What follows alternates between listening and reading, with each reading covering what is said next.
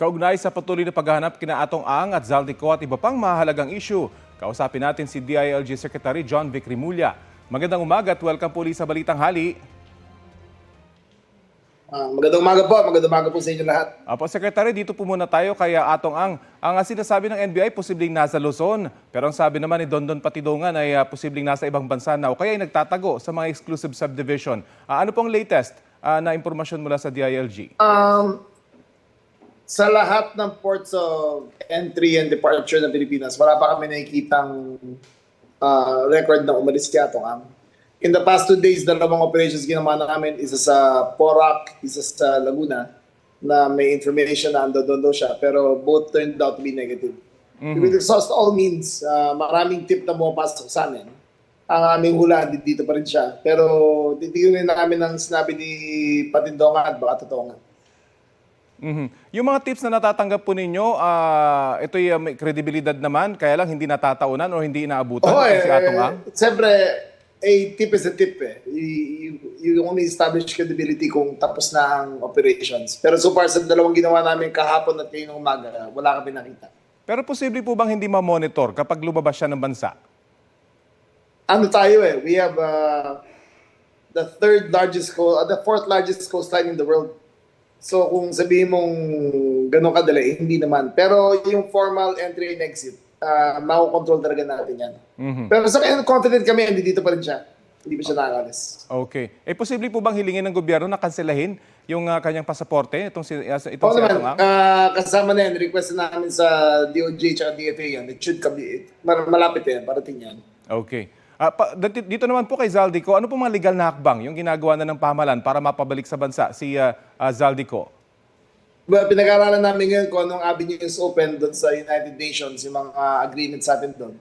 Malalaman natin yung within this week siguro kung ano possible. Pero sa ngayon talaga, walang extradition ng Portugal at saka ang Pilipinas. Nabanggit nyo po, walang extradition. Pero yung pagpapadeport po kay Zaldico na most logical and complicated option daw, sabi ni Congresswoman Laila de Lima.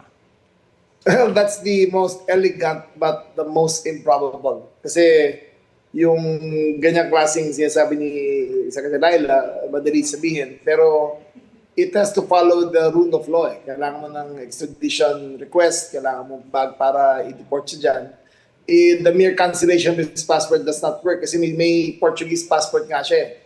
So yung Portuguese passport na yun, binibigyan siya ng all due rights and privileges bilang isang Portugeso.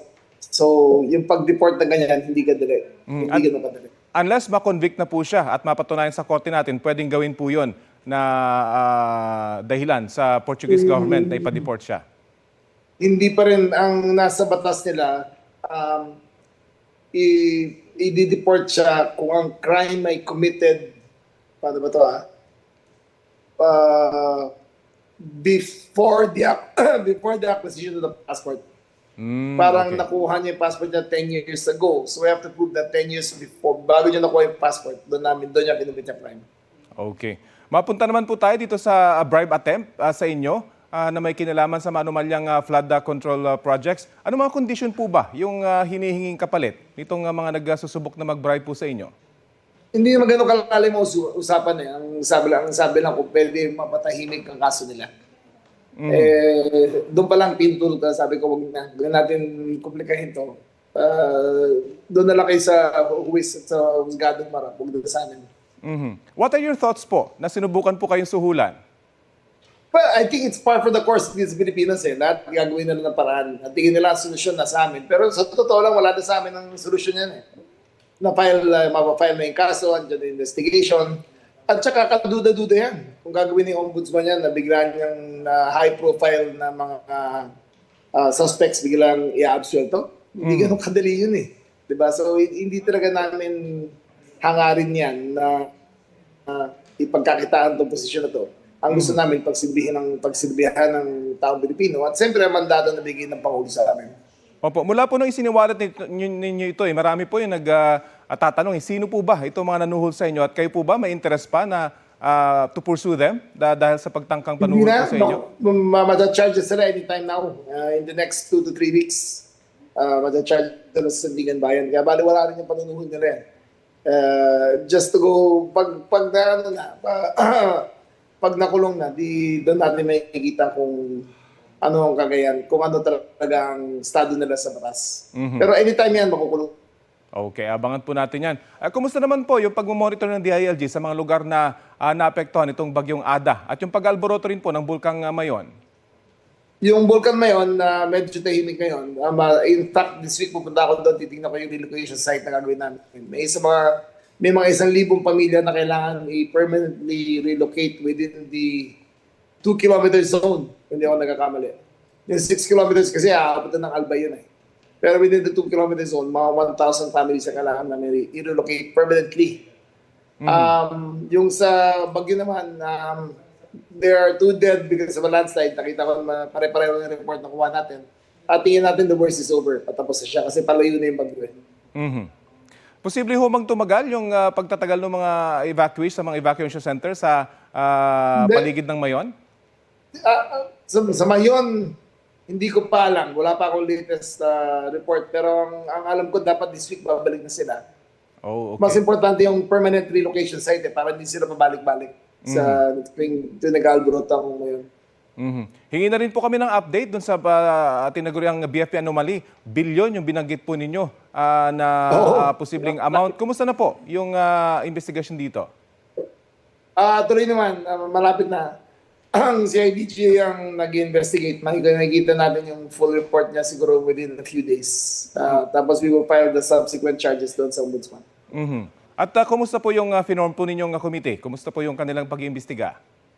Hindi committee yan. CIDG mismo ang nag-iimbestiga. Hindi by committee. Yung law enforcement na talaga nag-iimbestiga sa kanila. Balikan ko lang po yung issue kay Atong Ang. Muli yung posibilidad na makadaan siya sa backdoor. Gaano kalaki yung puwersa na nakatuon sa kanya ngayon dun sa mga lugar na yon? Well, naka-alert ng lahat ng Coast Guard, ng lahat ng immigration, lahat ng police, PNP. In fact, the entire 320,000 members of the police force have been informed kung anong duty nila na hanapin. Pero siyempre very specialized ang paghuli sa ganyan eh. Ang last monitor namin, may mga 30 hanggang 40 bodyguard siyang kasama. Kaya we consider them armed and dangerous at lahat ng gagawin namin para makuha siya para humarap sa batas. At pag mas madami yung kanyang mga kasama, kumbaga, mas madali ho bang ma-monitor? Posible bang magsolo siya, kumbaga? Pwede rin. Kasi kung ako sa kanya, hindi ako magtitiwala sa bodyguard niya eh. Ibibenta. Sa laki ng patong sa ulo niya. Ibibenta siya ng mga yun. At nabanggit po ninyo, napakarami ng tips na dumadating po sa inyo. Ito ba tuloy-tuloy. Pagkuha namin, madalas mga kaibigan niya rin eh. Galing sa mga kaibigan niya. So, gagawin namin lahat para makuha namin yung whereabouts niya. I-harap natin sa batas. Okay. Sa dami po ng mga issue ngayon sa bansa, may namomonitor ho ba kayong pagkilos laban sa gobyerno? Halimbawa, mula sa kampo ng mga Duterte? Wala naman. Normal lang naman ang nangyayari. In fact, I think the whole world, buong bansa, mamaya nakatingin para dun sa yung sa Blue Ribbon Committee na report ni Senator Lacson. So, tala may kita talaga, may mga karagdagan information naman. I think meron lalabas tungkol kay Speaker Romualdez eh. So, abangan natin yan. Doon natin makikita lahat. Okay. Maraming salamat po sa oras na ibinahagi nyo sa Balitang Hali. Salamat sa lahat. Si DILG Secretary John Vic Rimulya. Abala sa pagtitinda ang babaeng yan sa kanyang pwesto sa Barangay Santa Ana sa Taytay Rizal habang naka-livestream sa social media. Ilang saglit pa, makikita ang paglapit ng isang lalaking nakasuot ng sombrero, hoodie at face mask. Bumunot siya ng baril at saka malapitang biniril sa ulo ang 23 anyos na biktima. Bumagsak ang babae at tumakas ang gunman. Isinugod sa ospital sa Pasig ang tindera. Ligtas na siya ngayon. Naaresto naman kalaunan ng suspect sa kanyang bahay sa Angono. Ayon sa pulisya, dating karelasyon ng suspect ang may-ari ng gulayan kung saan nagtatrabaho ang biktima. Ang biktima umano ang nagsusumbong sa kanyang amo tungkol sa ginagawang pambababae ng suspect. Aminado ang suspect na siya ay nambababae na maging dahilan ng kanyang hiwalayan sa asawa pero anya, hindi siya nagalit sa biktimang nagsumbong sa kanyang dating karelasyon. Kaya hindi rin daw siya ang bumaril. Mahaharap ang lalaki sa reklamong frustrated murder. Sinusubukan pa rin kunan ng pahayag ang kaanak ng biktima. Ito ang GMA Regional TV News. Mainit na balita mula sa Luzon, hatid ng GMA Regional TV. Patay ang isang batang babae matapos mabangga at magulungan ng pick-up sa Suyo, Ilocos Sur. Chris, ano ang detalye ng pangyayari? Connie, biglang tumakbo ang bata patawid sa National Highway. Sa kuha ng CCTV sa Barangay Uso, makikita ang pick-up na binabagtas ang National Highway. Maya-maya, tumawid ang bata at nabangga ng pick-up. Sumaklolo ang ina ng bata. Huminto ang pick-up at bumaba ang driver nito at lumapit sa mag-ina. Dead on arrival sa ospital ang 7 taong gulang na biktima dahil sa mga tinamo niyang sugat. Ayon sa pulisya, hindi napansin ng ina ng bata na bumaba na ang anak sa tricycle at patakbong tumawid. Nagkaayos na raw ang pamilya ng biktima at ang driver ng pick-up. Patay naman ang isang senior citizen matapos na barilin sa Umingan dito sa Pangasinan. Ayon sa pulisya, naguhugas ng pinggan ang 65 anyos na biktima nang pasukin ng 2 armadong lalaki ang kanilang bahay sa Barangay San Vicente. Isa sa mga sospek ang umano'y bumaril sa tagiliran at leeg ng biktima bago tumakas sakay ng motorsiklo. Na-recover sa crime scene ang isang basyo ng bala, isang live ammunition ng parehong kalibre at sombrero na hinihinalang pag-aari ng isa sa mga sospek. Personal na galit ang tinitingnang motibo sa krimen. Sinusuri na rin ng ang mga kuwang CCTV sa mga lugar na posibleng dinaanan ng mga salarin. Sinusubukan pang makuna ng pahayag ang pamilya ng biktima. Samantala, natangay ang halos 200,000 pisong halaga ng mga gamit sa isang bahay sa Quezon City. Ang salarin, nagpalit pa raw at isinuot ang mga ninakaw na gamit agad-agad. Balitang hatid ni EJ Gomez. Bungi-bungi na ang ilang hilera ng surak na puno ng mga branded na sapatos nang makita ng isang pamilya sa Barangay Kaligayahan, Quezon City umaga nitong Huwebes. Nilooban kasi ang bahay nila Joe, di niya tunay na pangalan. Nagising yung buong bahay sa sigaw ng helper namin. At sinabi niyang pinasok tayo, pinasok tayo. And then upon looking at the garage, nakita namin nakakalat na yung mga gamit. 25 pares daw ng mga sapatos ang nakuha.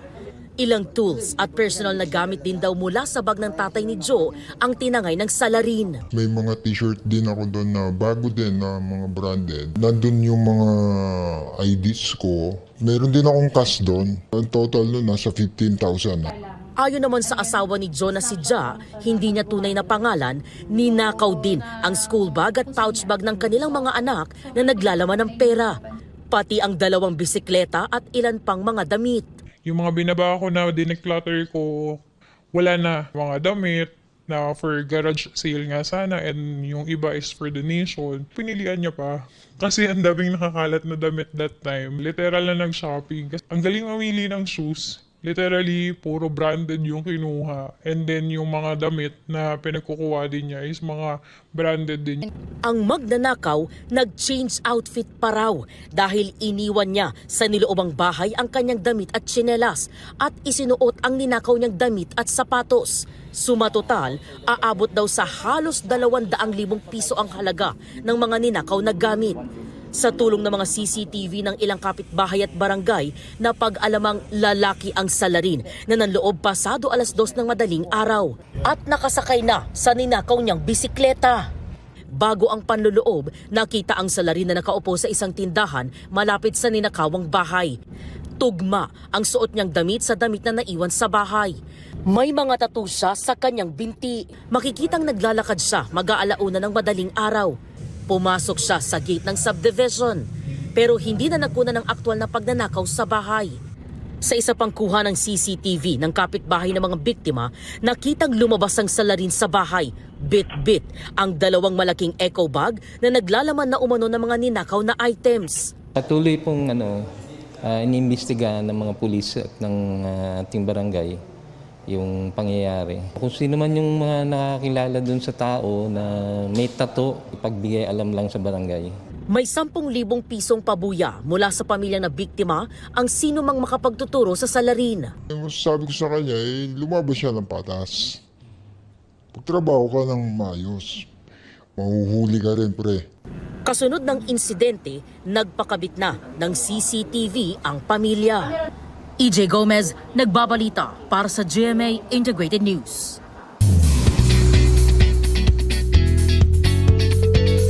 Well, naman ang latest this week, mga mare at pare, New Year, New Mantra. Si Kapuso Prime Gem Bianca Umali, kasunod ng naranasang health scare. Nag-share ng pictures ang Encantadia Chronicles Sangre Star, kita ang IV drip at ilang gamot. Hindi ibinahagi ng aktres ang mga detalye tungkol sa naging sakit niya. Ang hint niya, resulta ito ng pagiging workaholic.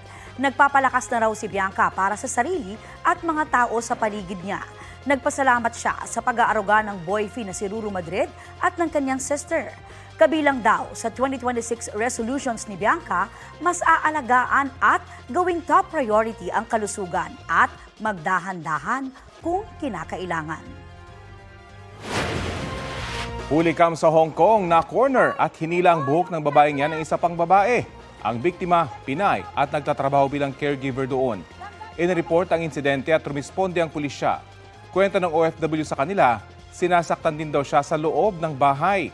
Inaalam na ng ating pamahalaan kung totoo ang impormasyon na ang nanakit sa biktima ay ang alaga niyang meron umanong mental health condition.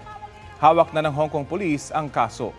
Ayon sa Migrants Workers Office, nasa temporary shelter nila ang Pinay na taga Bulacan matapos makalabas sa ospital. May abogado nang tumutulong sa kanya para masampahan ng reklamo ang employer. Abiso sa mga motorista, may big time na taas presyo po sa ilang produktong petrolyo ngayong linggo. Sa anunsyo ng ilang kumpanya ng langis, 2 pesos ang dagdag sa kada litro ng diesel. May 1 peso namang dagdag kada litro sa presyo ng gasolina. Sa kerosene naman, 1 peso and 50 centavos ang dagdag kada litro. Pangatlong linggong magkasunod na hike na po yan para sa diesel at kerosene. Pangalawa naman para sa gasolina. Ito ang GMA Regional TV News. Balita sa Visayas at Mindanao mula sa GMA Regional TV. Gaya sa nagdaang mga taon, inabangan ang Sinulog Festival 2026 sa Cebu City. Cecil, kumusta yung naging pagdiriwang dyan? Rafi, masigla, makulay at napuno ng Viva Pit Senior ang Sinulog Festival dito sa Cebu City kahapon. Pagkatapos ng misa, hudyat na para simulan ng isa sa mga highlight ng fiesta, ang street dance competition. 40 grupo mula sa buong bansa ang nagtagisan. Iba't iba ang tema, tampok ang magagarbong costumes at props. Bawat galaw at bawat indak ay alay raw ng performers kay Senyor Santo Niño. Yun lang dahil sa init at pagod, may ilang dancer na nahilo at nawalan ng malay. Agad naman silang nirespondihan ng mga emergency personnel.